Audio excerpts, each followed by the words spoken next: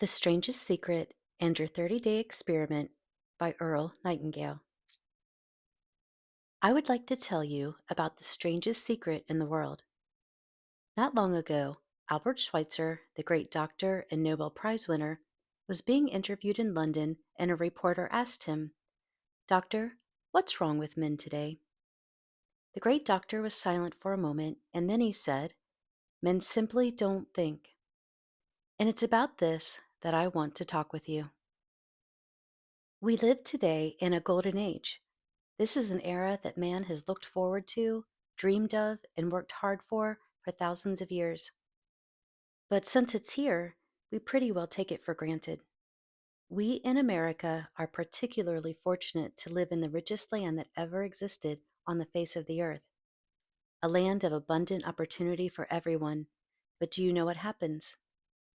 Let's take 100 men who start even at the age of 25. Do you have any idea of what will happen to those men by the time they're 65? These 100 men, who all start even at the age of 25, believe they are going to be successful. If you ask one of these men if he wanted to be a success, he would tell you that he did, and you would notice that he was eager towards life, that there was a certain sparkle to his eye, and a rectness to his courage, and life seemed like a pretty interesting adventure to him. But by the time they're 65, one will be rich, four will be financially independent, five will still be working, 54 will be broke. Now think a moment. Out of the 100, only 5 make the grade. Why do so many fail? What has happened to the sparkle that was there when they were 25? What's become of the dreams, the hopes, the plans, and why is there such a large disparity between what these men intended to do and what they actually accomplished? When we say about 5% achieve success, we have to define success, and here's the definition. Success is the progressive realization of a worthy ideal. If a man is working towards a predetermined goal and knows where he is going, that man is a success. If he's not doing that, he's a failure. Success is a progressive realization of a worthy ideal. Rollo May, the distinguished psychiatrist, wrote a wonderful book called Man's Search for Himself, and in this book, he says the opposite of courage in our society is not cowardice, it is conformity. And there you have the trouble today. It's conformity. People acting like everyone else without knowing why, without knowing where they're going. Now think of it. In America right now, there are over 40 million people, 65 years of age and over, and about 13 million of these 40 million are broke. They're dependent on someone else for life's necessities. Now we learn to read by the time we're 7. We learn to make a living by the time we're 25. Usually by that time, we're not only making a living, we're supporting a family. And yet, by the time we're 65, we haven't learned how to become financially independent in the richest land that has ever been known. Why? We conform. And the trouble is that we're acting like the wrong percentage group, the 95% who don't succeed. Now, why do these people conform? Well, they don't know really. These people believe that their lives are shaped by circumstances, by things that happen to them, by exterior forces. They're outer directed people. A survey was made one time that covered a lot of men, working men, and these men were asked this question: why do you work? Why do you get up in the morning? 19 out of 20 had no idea. If you ask them, they'll say everyone goes to work in the morning, and that's the reason why they do it, because everyone else is doing it. The definition of success. Now let's get back to our definition of success. Who succeeds? The only man who succeeds is the man who is progressively realizing a worthy ideal. He's the man who says, I'm going to become this, and then begins to work towards that goal. I'll tell you who the successful people are. A success is the school teacher who is teaching school because that's what she wanted to do. The success is the woman who is a wife and mother because she wanted to become a wife and mother and is doing a good job of it. The success is the man who runs the corner gas station because that's what he wanted to do. The success is the successful salesman who wants to become a top notch salesman and grow and build with his organization. A success is anyone who is doing deliberately a predetermined job because that's what he decided to do deliberately. But only 1 out of 20 does that. That's why today there isn't really any competition unless we make it for ourselves. Instead of competing, all we have to do is create.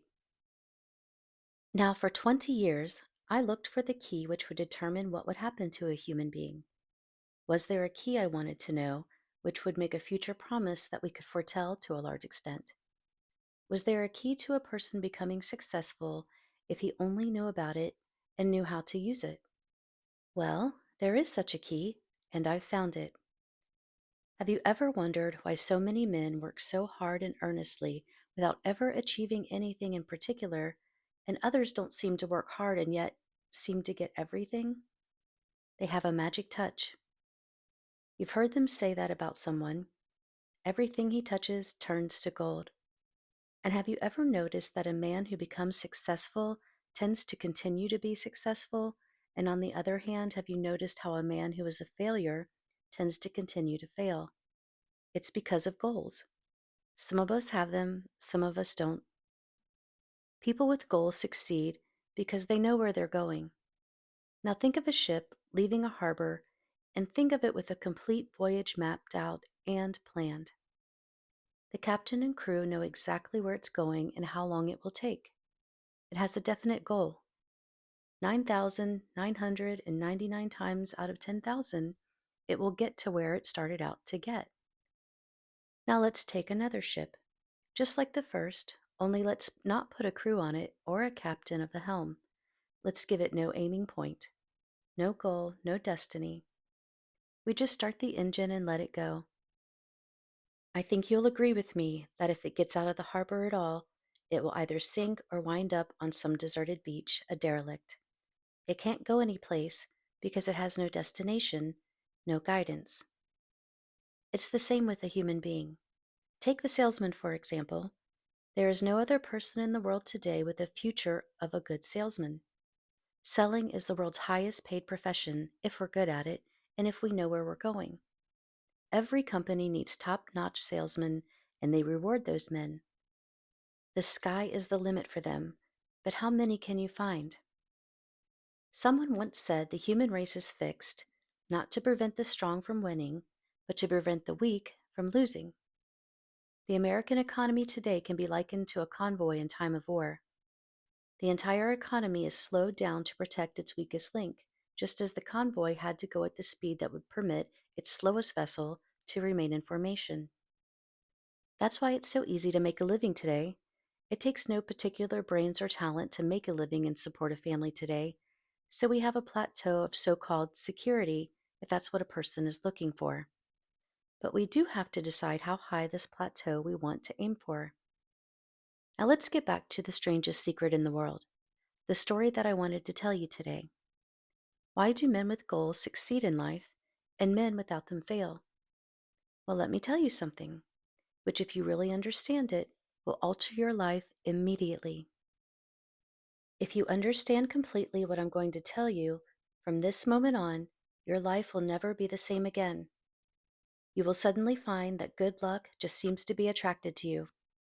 The things you want just seem to fall in line, and from now on, you won't have the problems, the worries, the knowing lump of anxiety that perhaps you have experienced before. Doubt, fear, well, they'll be things of the past. Here's the key to success and the key to failure. We become what we think about. Now let me say that again. We become what we think about. Throughout all history, the great wise men and teachers, philosophers, and prophets have agreed with one another on many different things. It is only on this one point that they are in complete and unanimous agreement. Listen to what Marcus Aurelius, the great Roman emperor, said. He said, A man's life is what his thoughts make of it. Disraeli said this: everything comes if a man would only wait. I have brought myself by long meditation to the conviction that a human being with a settled purpose must accomplish it, and that nothing can resist a will that will stake even existence for its fulfillment. Ralph Waldo Emerson said this: a man is what he thinks about all day long. William James said, the greatest discovery of my generation is that human beings can alter their lives by altering their attitudes of mind. And also, he said, we need only in cold blood act as if the thing in question was real, and it will become infallibly real by growing into such a connection with our life that it will become real. It will become so knit with habit and emotion that our interest in it will be those which characterize belief. He also said this: if you only care enough for a result, you will almost certainly ascertain it. If you wish to be rich, you will be rich. If you wish to be learned, you will be learned. If you wish to be good, you will be good. Only you must then really wish these things, and wish them exclusively, and not wish at the same time 100 other compatible things just as strongly. In the Bible you read in Mark 9:23, if thou canst believe, all things are possible to him that believeth. Dr. Norman Vincent Peale said, this is one of the greatest laws in the universe. Fervently do I wish I had discovered it as a young man. It dawned upon me much later in life, and I found it to be one of the greatest, if not my greatest discovery outside of my relationship to God. And the great law, briefly and simply stated, is that if you think in negative terms, you'll get negative results. If you'll think in positive terms, you will achieve positive results. That is a simple fact which is at the basis of an astonishing law of prosperity and success. In 3 words, believe and succeed.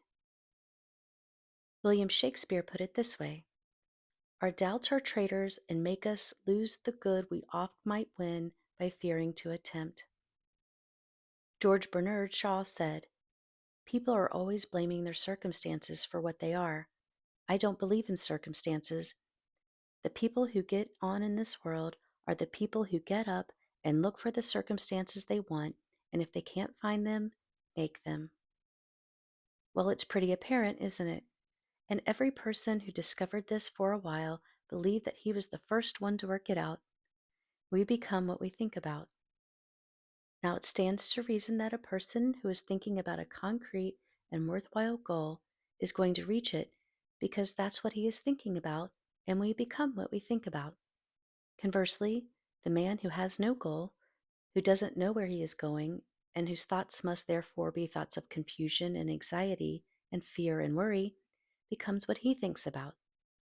His life becomes one of frustration, fear, anxiety, and worry, and if he thinks about nothing, he becomes nothing. Now, how does it work? Why do we become what we think about? Well, I'll tell you how it works as far as we know. Now, to do this, I want to tell you about a situation that parallels the human mind. Suppose a farmer had some land, and it's good fertile land. Now, the land gives the farmer a choice. He may plant in that land whatever he chooses. The land doesn't care. It's up to the farmer to make the decision. Now remember, we're comparing a human mind with the land. Because the mind, like the land, doesn't care what you plant in it, it will return what you plant, but it doesn't care what you plant. Now let's say that the farmer has 2 seeds in his hand. One is a seed of corn, the other is a nightshade, a deadly poison. He digs 2 little holes in the earth and he plants both seeds. One corn and the other nightshade. He covers up the holes, waters, and takes care of the land, and what happens? Invariably, the land will return what is planted. As it is written in the Bible, as you sow, so shall you reap. Remember, the land doesn't care. It will return poison in just as wonderful abundance as it will corn. So up comes the 2 plants, one corn, one poison. Now the human mind is far more fertile, far more incredible and mysterious than the land, but it works the same way. It doesn't care what we plant: success, failure, a concrete worthwhile goal, or confusion, misunderstanding, fear, anxiety, and so on. But what we plant, it will return to us. You see, the human mind is the last great unexplored continent on Earth. It contains riches beyond our wildest dreams. It will return anything we want to plant. Now you might say, but if that's true, why don't people use their minds more? Well, I think they've figured out an answer to that too. Our mind comes as standard equipment at birth. It's free, and things that are given to us for nothing, we place little value on. Things that we pay for, we value. The paradox is that exactly the reverse is true. Everything that's really worthwhile in life came to us free: our mind, our soul, our body, our hopes, our dreams, our ambitions, our intelligence, our love of family and children and friends. All these priceless possessions are free, but the things that cost us money are actually very cheap and can be replaced at any time. A good man can be completely wiped out and make another fortune. He can do that several times. Even if our homes burn down, we can rebuild it. But the things that we got for nothing, we can never replace. The human mind isn't used merely because we take it for granted. Familiarity breeds contempt. It can do any kind of job we assign to it, but generally speaking, we use it for little jobs instead of big, important ones. Universities have proved that most of us are operating on about 10% of our abilities. Decide now. What is it that you want? Plant your goal in your mind. It's the most important decision you'll ever make in your entire life. Do you want to be an outstanding salesman, a better worker at your particular job? Do you want to go places in your company, in your community? All you've got to do is plant that seed in your mind. Care for it. Work steadily towards your goal, and it will become a reality. It not only will, there's no way that it cannot. You see, that is the law. Like the laws of Sir Isaac Newton, the laws of gravity. If you get on top of a building and jump off, you'll always go down. You'll never go up. And it's the same with all of the other laws of nature. They always work. They are inflexible. Think about your goal in a relaxed, positive way. Picture yourself in your mind's eye as having already achieved this goal. See yourself doing the things that you will be doing when you've reached your goal. Ours has been called the phenobarbital age, the age of ulcers and nervous breakdowns. At a time when medical research has raised us to a new plateau of good health and longevity, far too many of us worry ourselves into an early grave trying to cope with things in our own little personal ways without learning a few great laws that will take care of everything for us. These things we bring on ourselves by our habitual way of thinking. Every one of us is the sum total of his own thoughts. He is where he is because that is exactly where he really wants to be, whether he'll admit that or not. Each of us must live off the fruits of his thoughts in the future, because what you think today and tomorrow, next month or next year, will mold your life and determine your future. You're guided by your mind. I remember one time I was driving through Arizona and I saw one of those giant earth-moving machines roaring along the road at about 35 miles per hour with what looked like 20 tons of dirt in it. A tremendous, incredible machine, and there was a little man perched way up on top with the wheel in his hands, guiding it.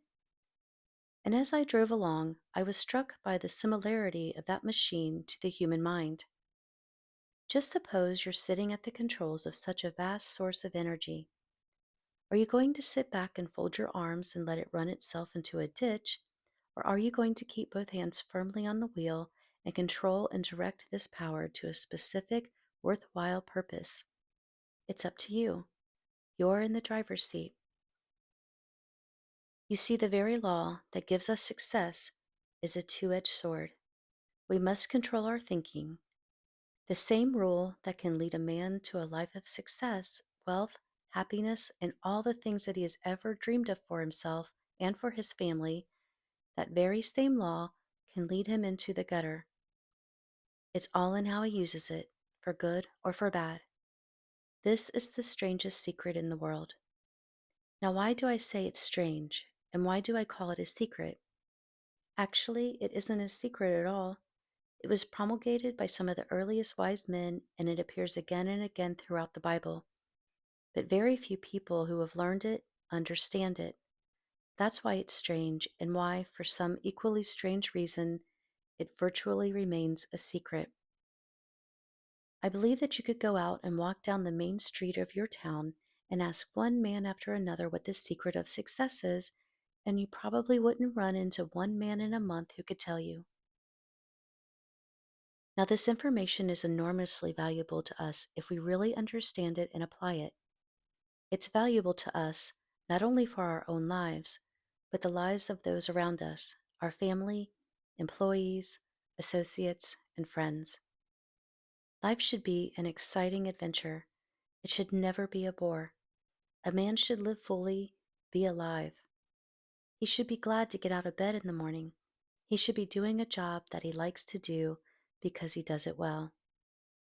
One time I heard Grove Patterson make a speech, the editor-in-chief of the Toledo Daily Blade, and as he concluded his speech, he said something that I'd never forgotten. He said something like this: "My years in the newspaper business has convinced me of several things.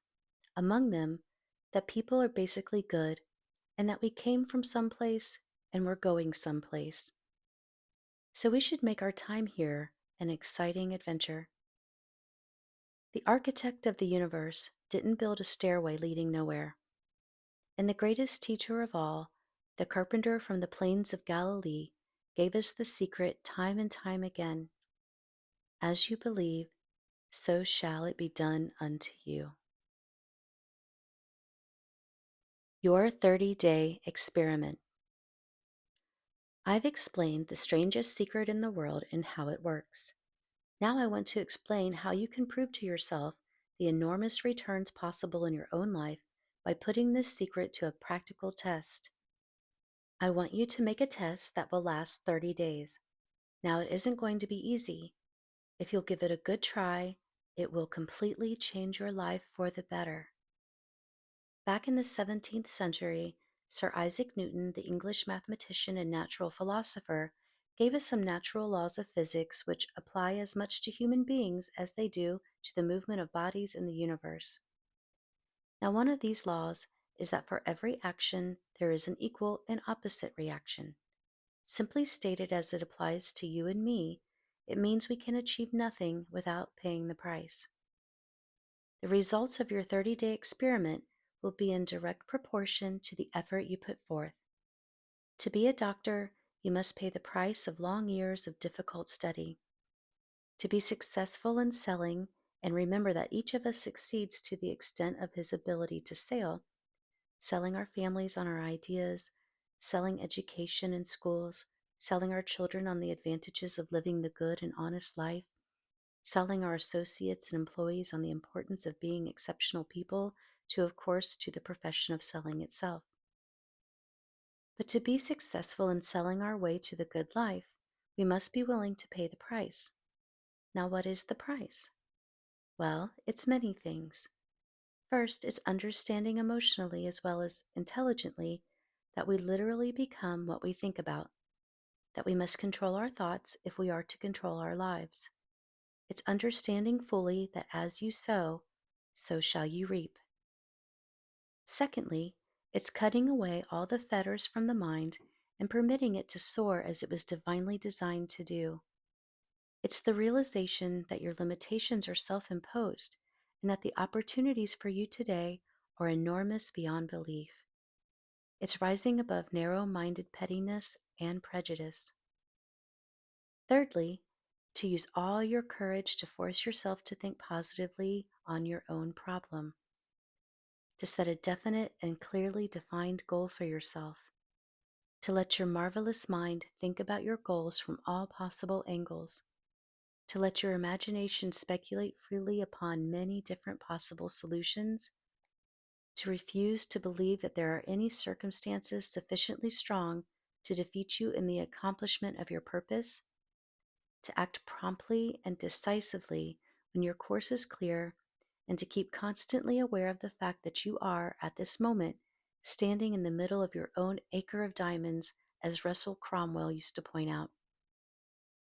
Fourth, save at least 10% of what you earn. It's also remembering that no matter what your present job, it has enormous possibilities if you're willing to pay the price.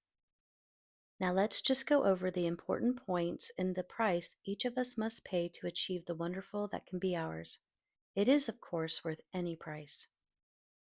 1. You will become what you think about. 2. Remember the word imagination. Let your mind soar. 3. Courage. Concentrate on your goal every day. 4. Save 10% of what you can earn. And action. Ideas are worthless unless we act on them. Now I'll try to outline the 30-day test I want you to make.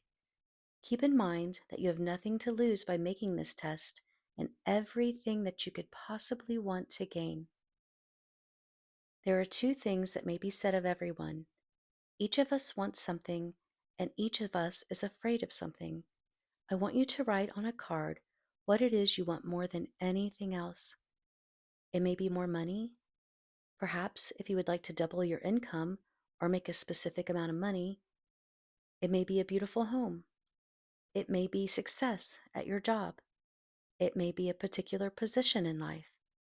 It could be a more harmonious family. Each of us wants something. Write down on your card specifically what it is you want. Make sure it is a single goal and clearly defined. You need not show it to anyone, but carry it with you so that you can look at it several times a day.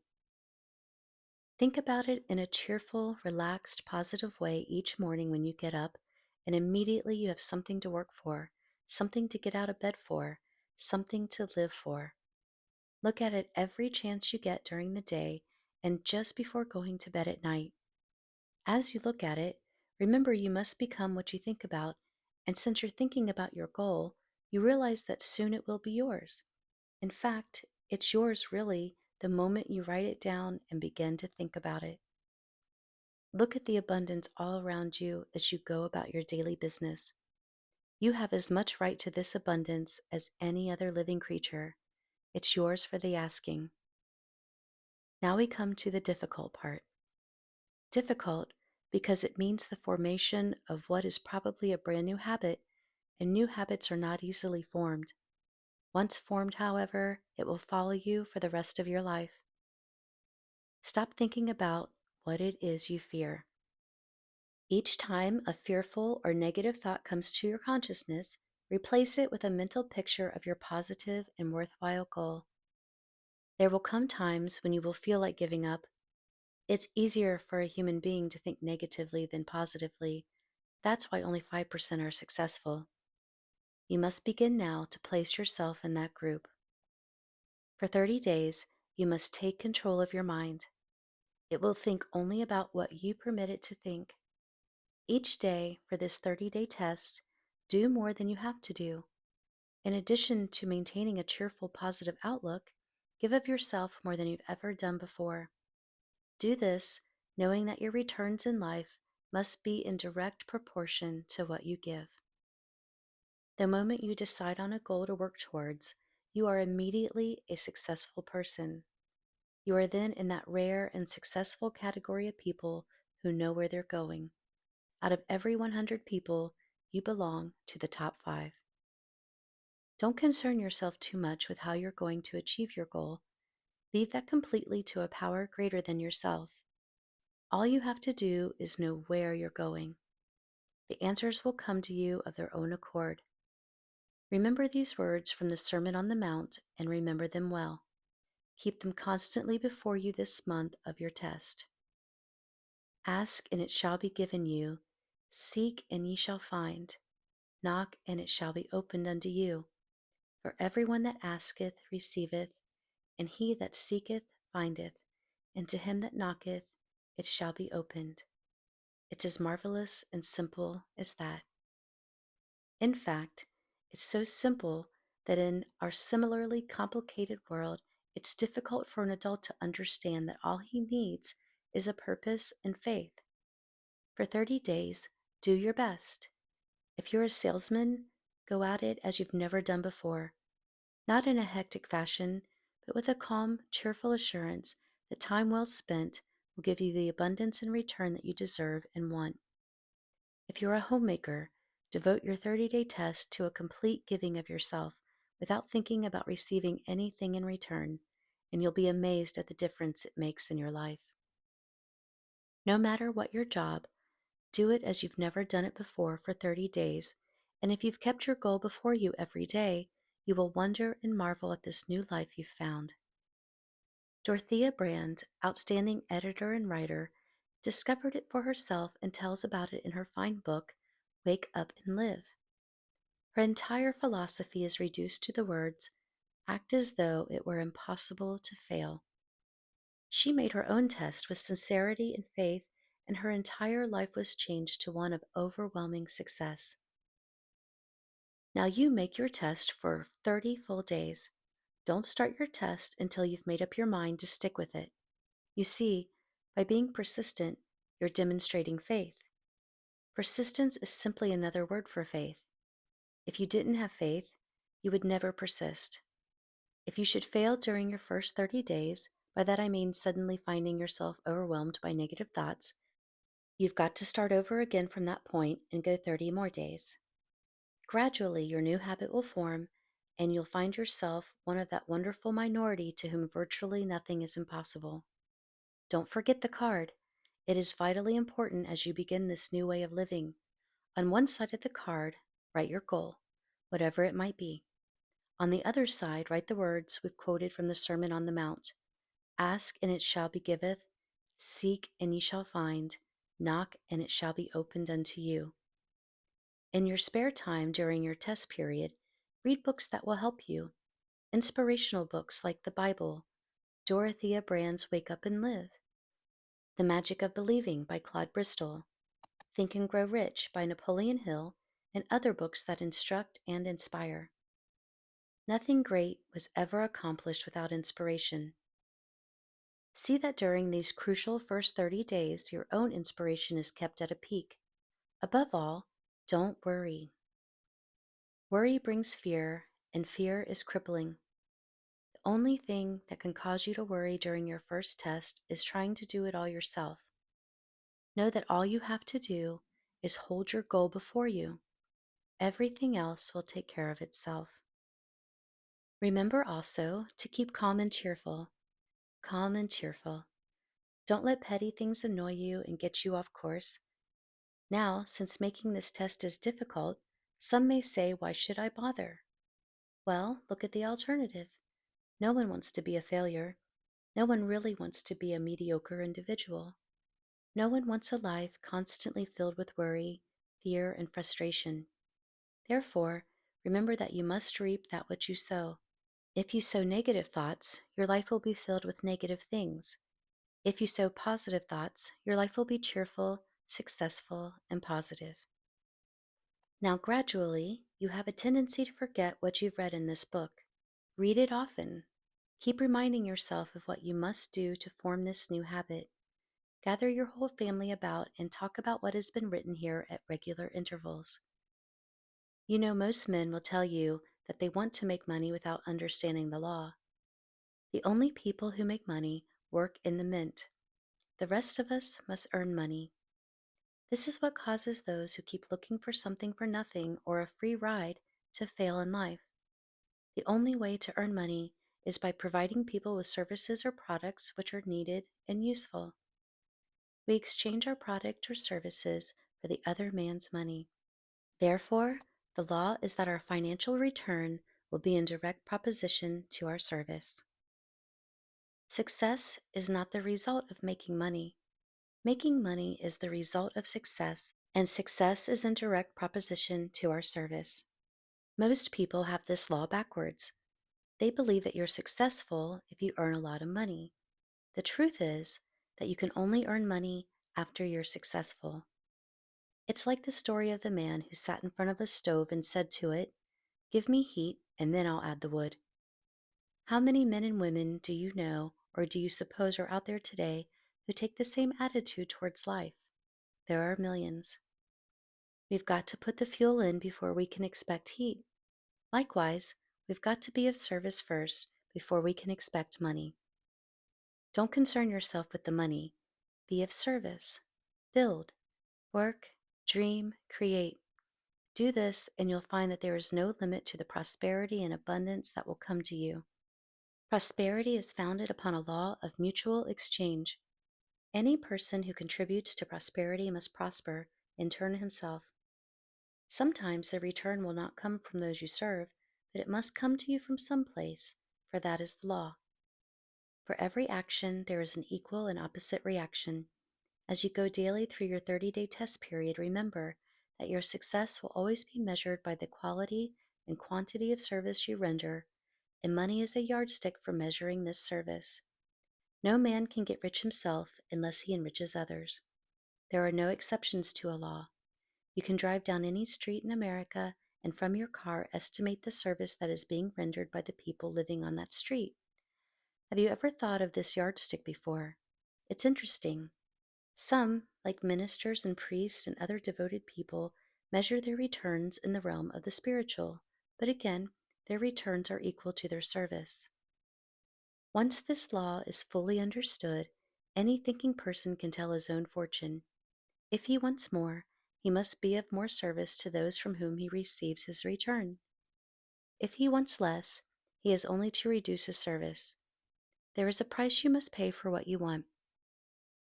If you believe you can enrich yourself by deluding others, you can only end by deluding yourself. Just as surely as you breathe, you'll get back what you put out. Don't ever make the mistake of thinking you can avert this. It's impossible. The prisons and streets where the lonely walk are full of people who tried to make new laws just for themselves. We may avoid the laws of man, but there are greater laws that cannot be broken. An outstanding medical doctor recently pointed out 6 steps that will help you realize success. 1. Set yourself a definite goal. 2. Quit running yourself down. 3.